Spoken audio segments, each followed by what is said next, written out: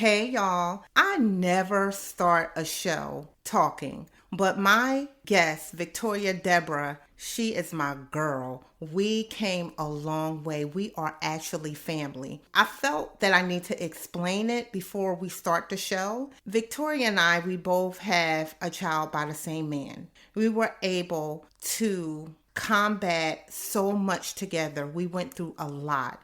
In 18 years, we are still strong. We are two grown women, both entrepreneurs, and I am so happy to be able to have a relationship with her and just to see her evolve. You know what? Let's get this show started so you can see for yourself. 6 years ago, my wife took nothing but an ideal and faith and turned it into a multi-million-dollar business with multiple streams of income. As a woman possessed, she overcame all obstacles and created multiple streams of wealth that has impacted our family for generations to come. From mental health professional to therapist to author to CEO, she is a constant reminder of the grace of God over her life. Get ready to listen to and take notes from Stenell, the money therapist, as she schools you on money, entrepreneurship, and life skills that was not taught. No more excuses. Wake up!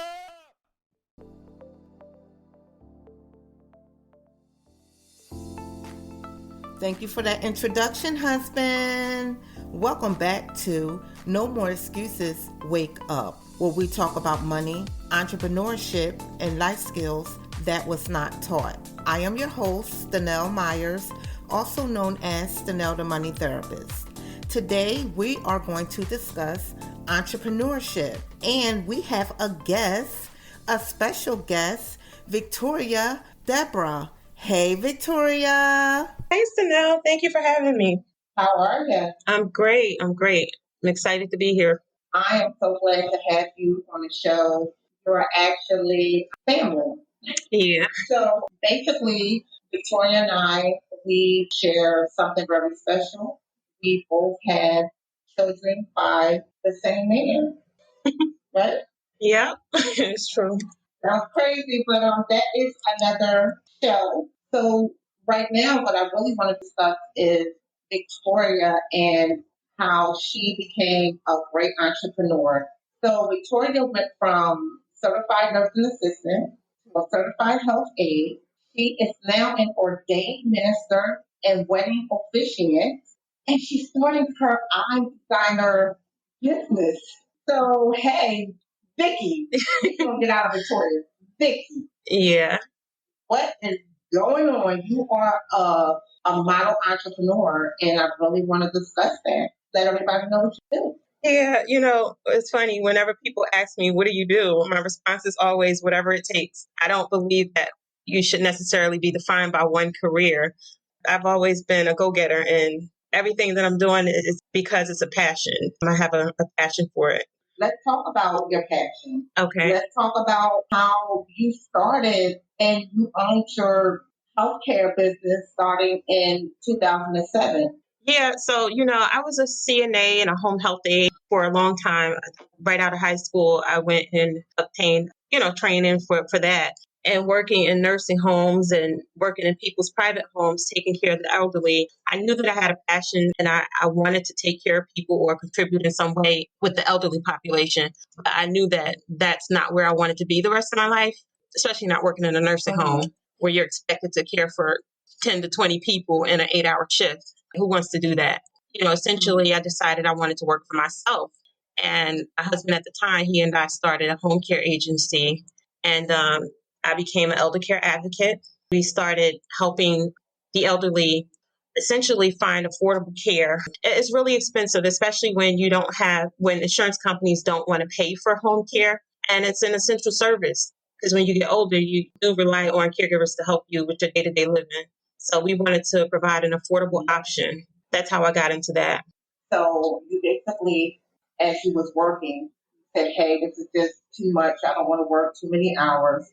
Start our own.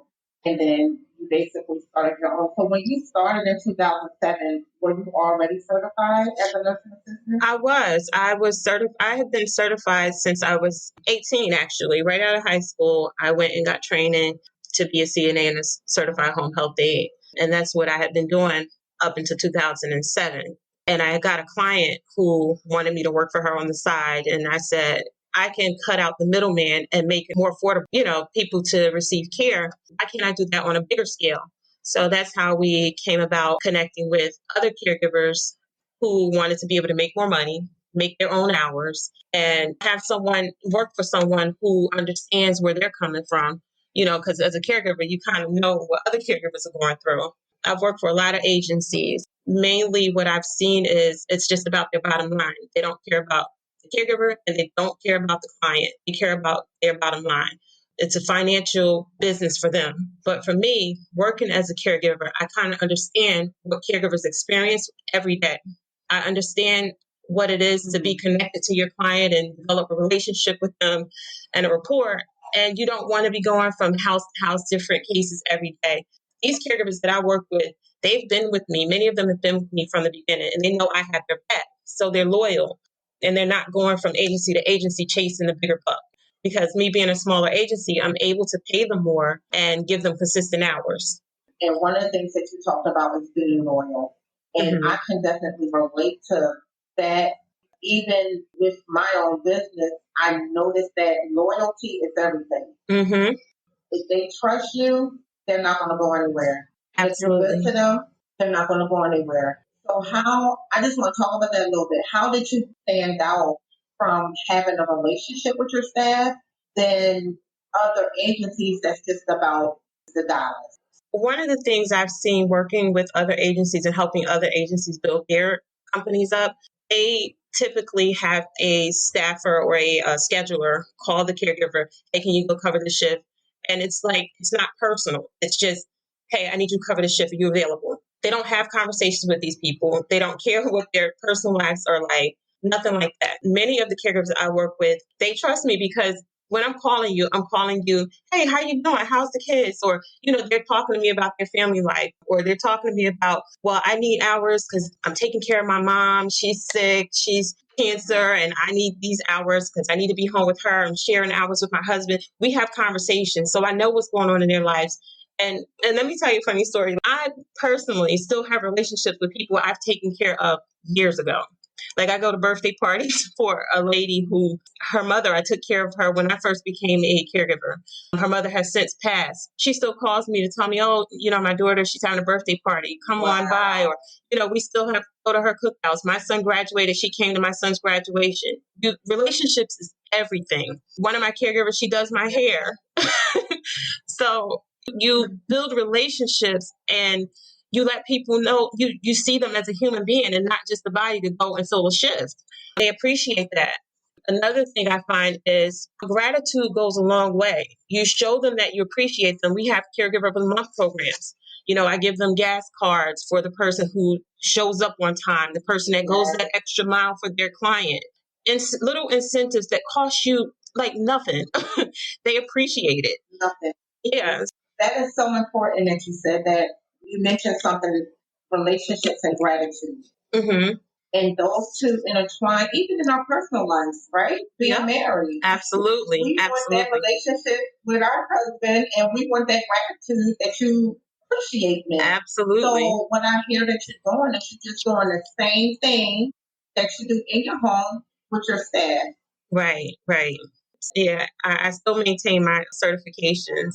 Listen, I'm not too much of a professional to not go out and take care of my own clients. If a shift needs to be filled and a caregiver can't make it, she's stuck in traffic, I don't have a problem going over to take care of that client until she gets there. That's right. And you know what's crazy? When you said you started in 2006, I remember where I was in 2006 when you started. I was working at Dyson then, DCP and P. And I remember us talking, and he was like, I'm going to start my home health care. I remember the conversation. I remember where I was sitting at my office, and he was like, check out my website. I remembered it.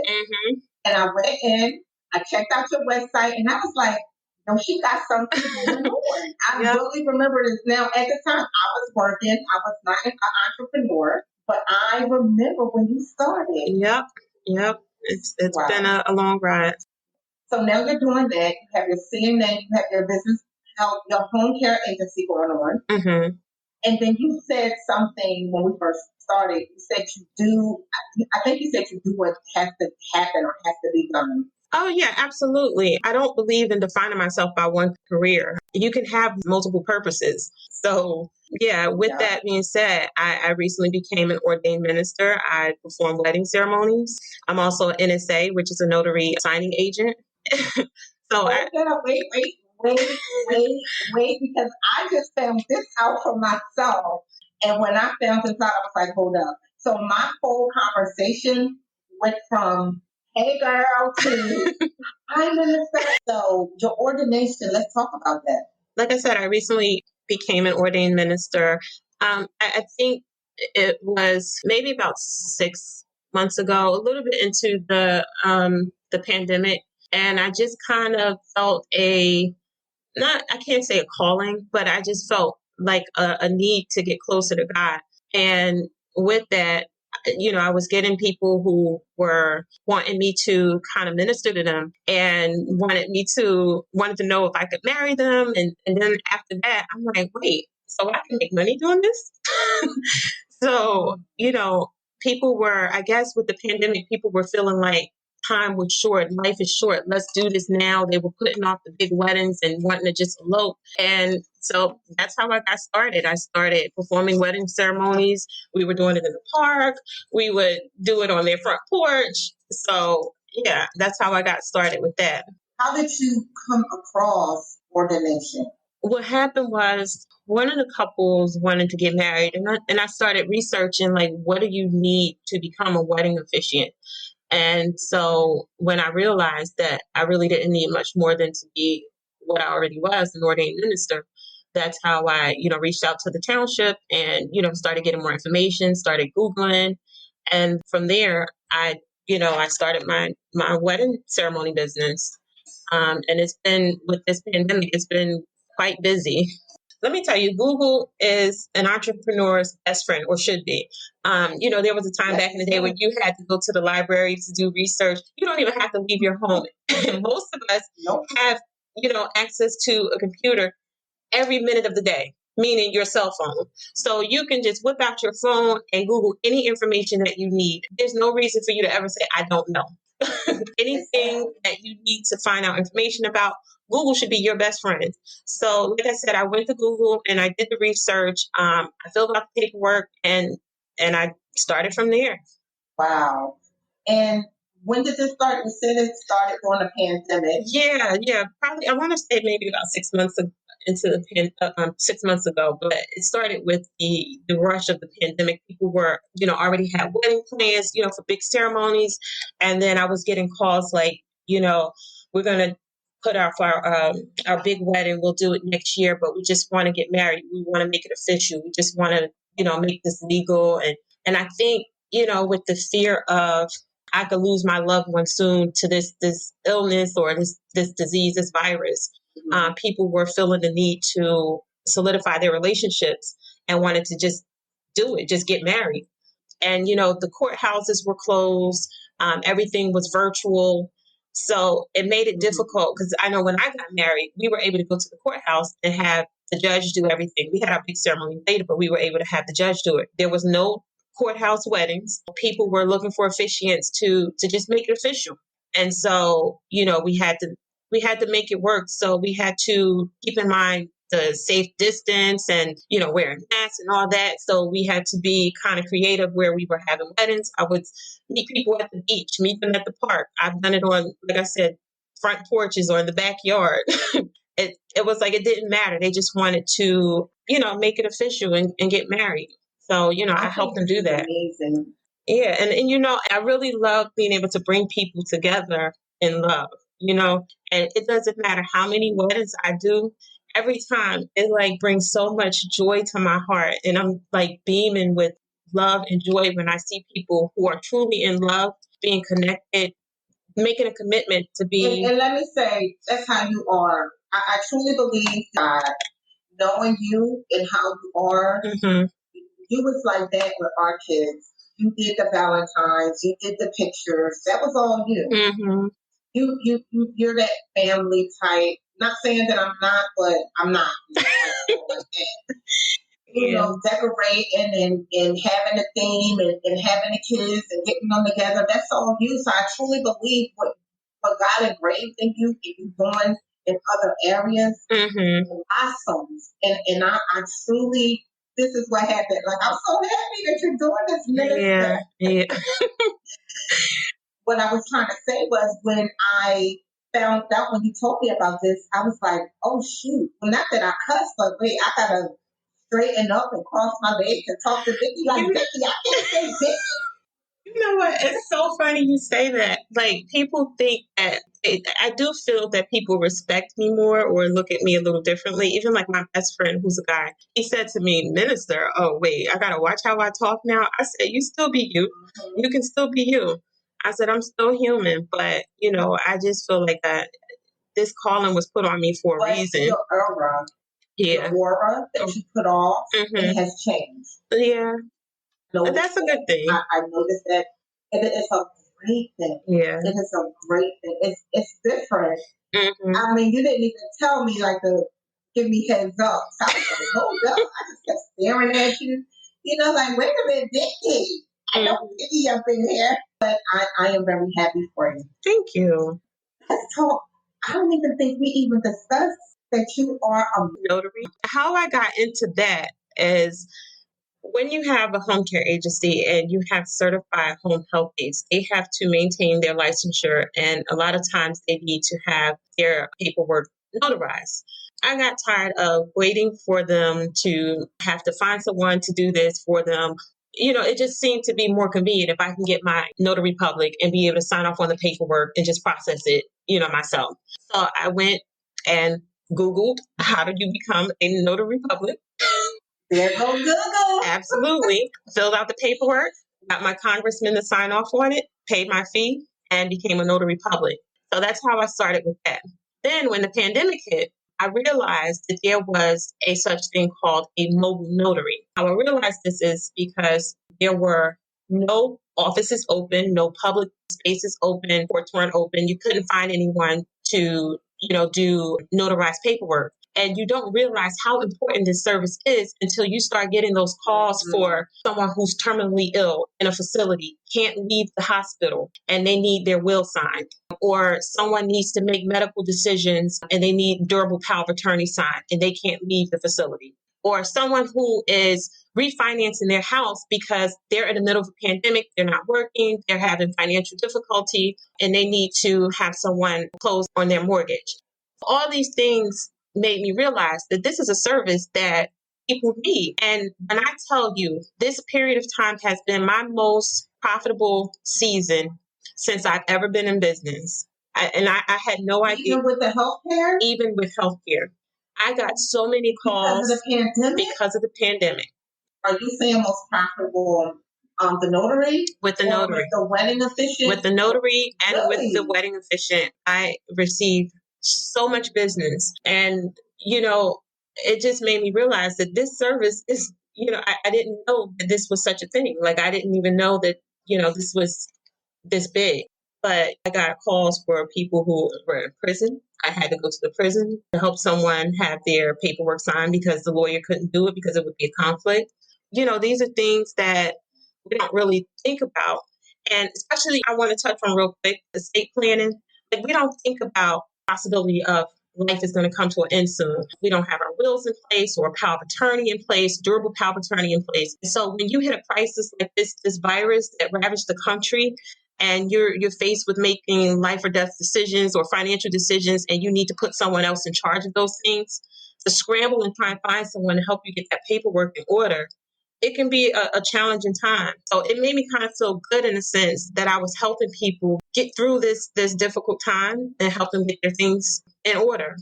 And like I said, it's crazy how in the middle of a pandemic, it was my most successful season financially.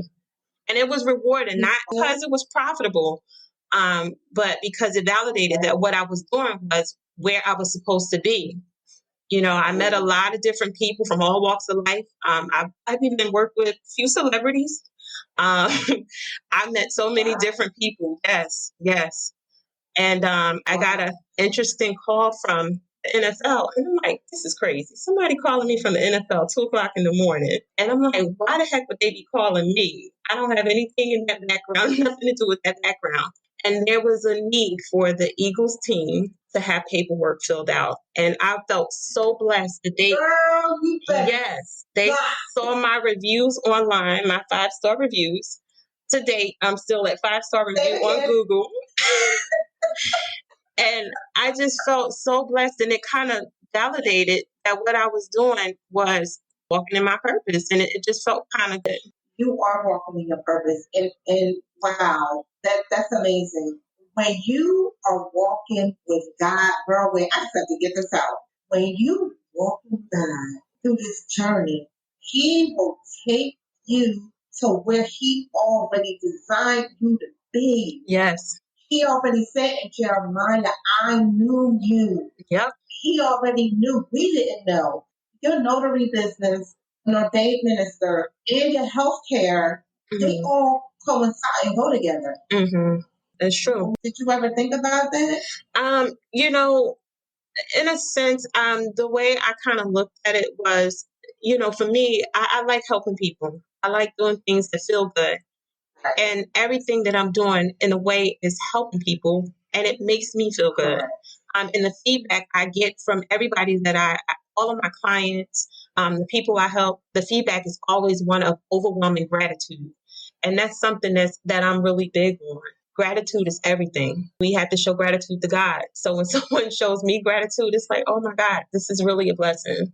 I'm happy. I'm proud of you. I'm lost for words because you are definitely in the field of helps. And all the different things that you do, from your home care agency, your notary business, ordained minister, everything that you do, in the field of helps of helping people. Yes. And you just said that.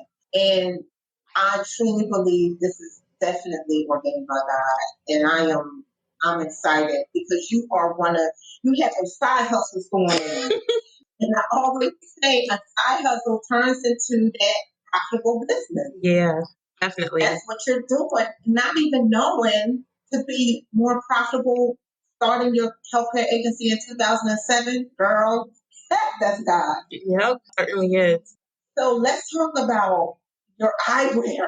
Now, wait a minute, y'all. Vicky just have all these different surprises. Yeah. And I think that it's amazing when a person just want to go out there and just try. You don't know what it's going to look like. You don't know what it's going to taste like. You're just going to go and do it. And we're going to see where it takes us. So tell us about this eyewear because I was able to see it and it is awesome. Ever since I was little, I had to wear glasses and I hated it. And my mom had me in some ugly glasses as a child.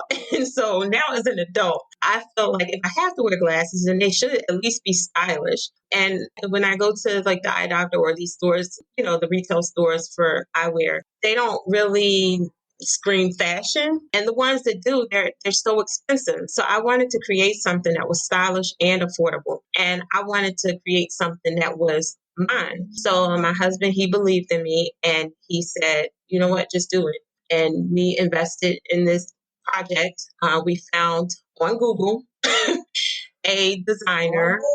I researched her credentials and everything, checked out her LinkedIn profile and, her other projects. And I was pleased. She's based out of New York. However, she had connections in Italy and in Asia. And so she was able to guide me in this process. And we have collaborated on a wonderful, wonderful new eyewear line. And she helped me from everything with the logo to sourcing materials. And so that will be ready, praying that it'll be ready early next year, but definitely by spring. What is the name of it? Debrah brand. So we were kind of conflicted on what we were going to call it, but we wanted something that would represent me. So we're going to use our last name as the name and the logo. Basically, it's a brand that feels like luxury at an affordable price point. For you to be able to reach into your childhood and say, hey, I didn't like these glasses that my mom put on me. Now, is this for adults or children or both? It's for adults right now. We're starting with a female line, and then later we're going to launch our male line. We haven't gotten into the children's eyewear yet.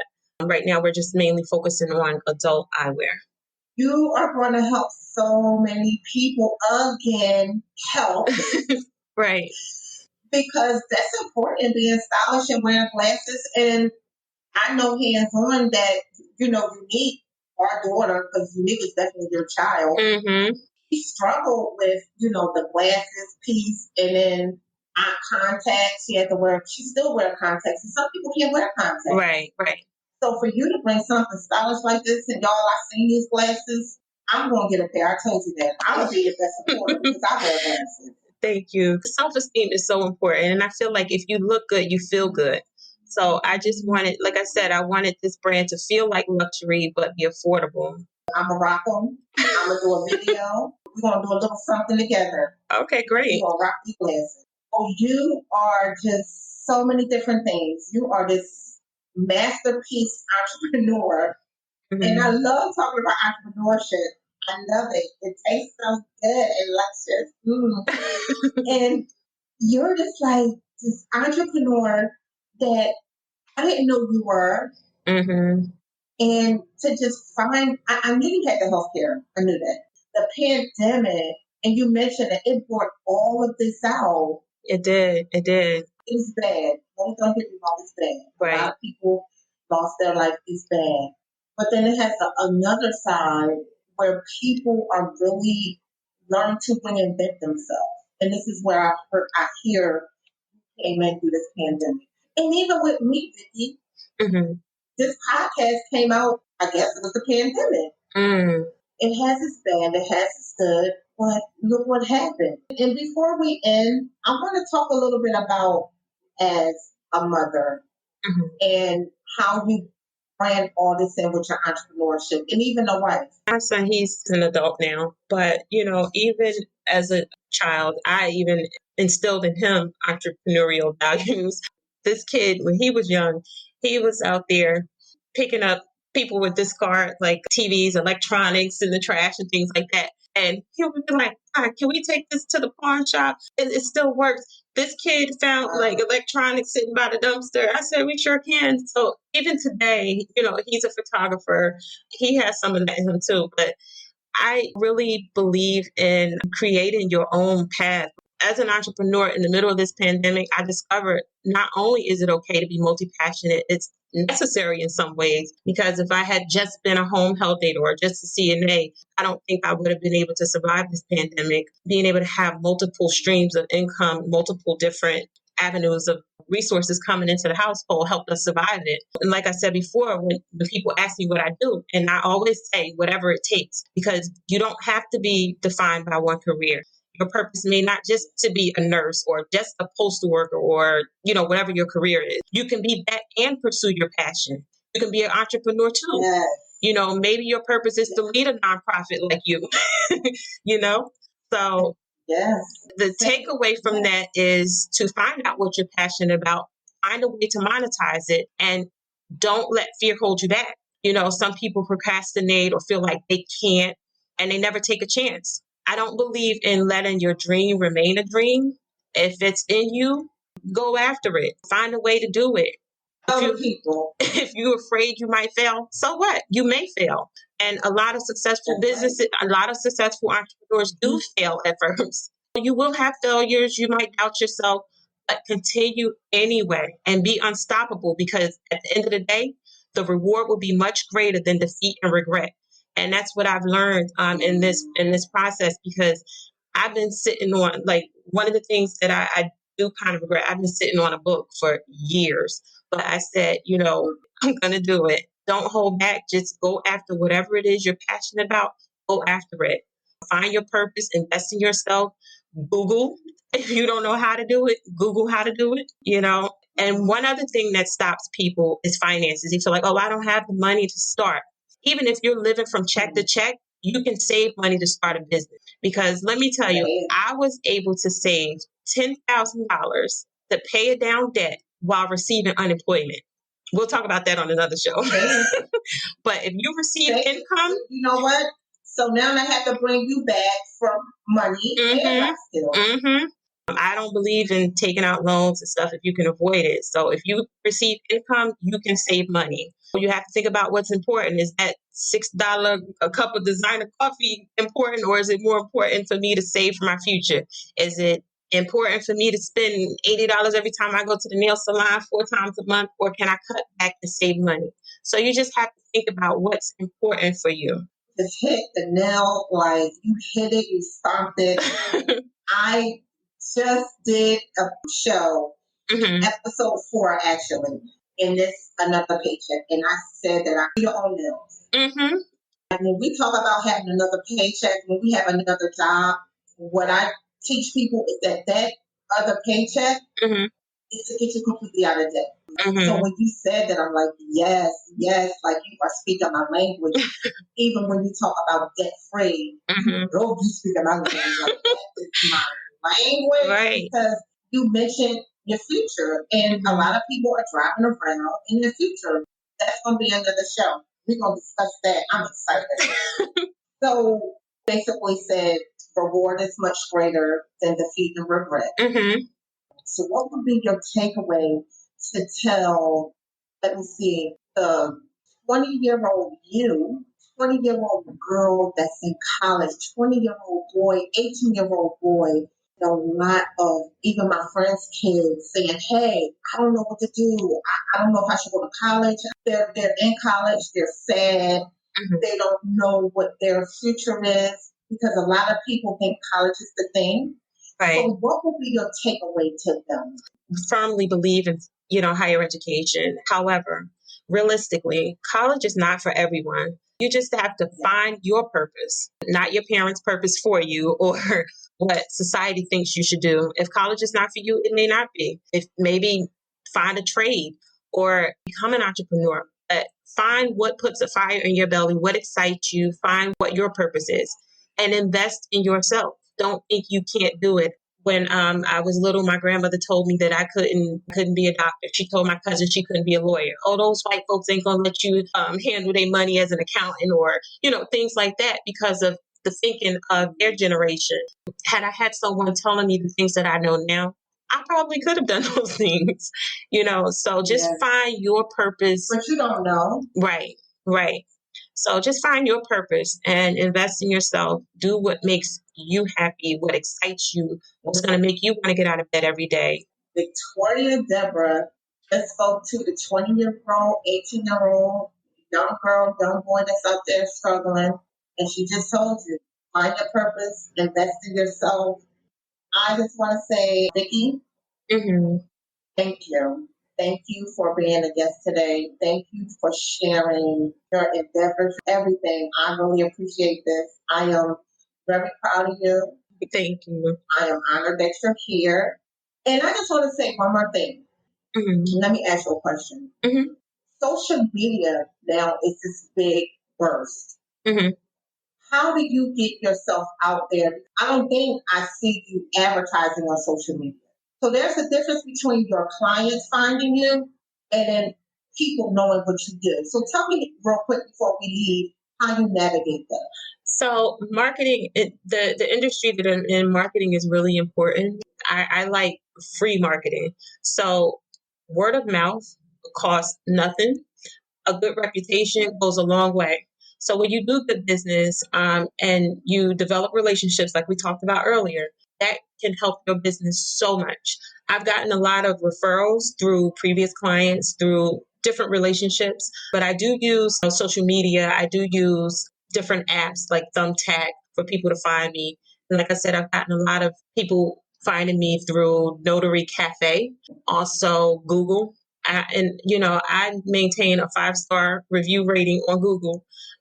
Every client that I see, I typically, once I service them, I send them a follow-up email. Hope your service was great. If it was, please, could you give me a review on Google? And a lot of times they don't mind. They'll post a review on Google. And that kind of keeps you at the top of if someone's searching for a notary in my area, that kind of keeps my ranking at the top of the pile. one of the other things I realize is important. Whatever service you're in, you should have that in your business name. So if you're a notary public, then notary should be in your name. If you are a wedding officiant should be in your name. So when someone's doing a Google search, wedding officiant near me, your name is likely to come up. So little things like that can help you quite a bit in kind of finding new clients and help keep down costs for marketing. Because I tell you, marketing can be so expensive. I used to run Facebook ads, and running a Facebook ad is so expensive. So I like free marketing. I just did one last night almost in my sleep. Thank you for that information, because I know people want to know how, when they hear your story, how you got started, how you became so profitable so quick within about 6 months. Thank you for that. Absolutely. You're welcome. So, hey guys, we are done. I spoke to Victoria Debrah. We will have a discussion next week. Y'all later. Vicki, tell them bye. Bye. Thank you so much for having me. I look forward to coming back. Can you tell everyone your social media? They can find me on all social media platforms. I'm on Facebook, all the social media platforms, just by punching in Victoria Debrah. Or you can find all my links on Linktree Victoria Debrah. All right. So y'all know what to do. I always say it. You want to help me, Vicki? So I always say this. No more excuses. Y'all know what y'all need to do. No more excuses. Wake up. That's right. Wake up. Thank you for listening to No More Excuses. Wake up. If you love the show, please subscribe, rate, and review on iTunes or Spotify. To learn more about me and my different agencies and what I do, go to StenellMyersEnterprises.com. While you're there, check out Money Therapy Institute and watch my video where you will see me doing a little acting, showing you how I fought and kicked down closed doors. You can also click on Stenell the Money Therapist and get my free budget spreadsheet.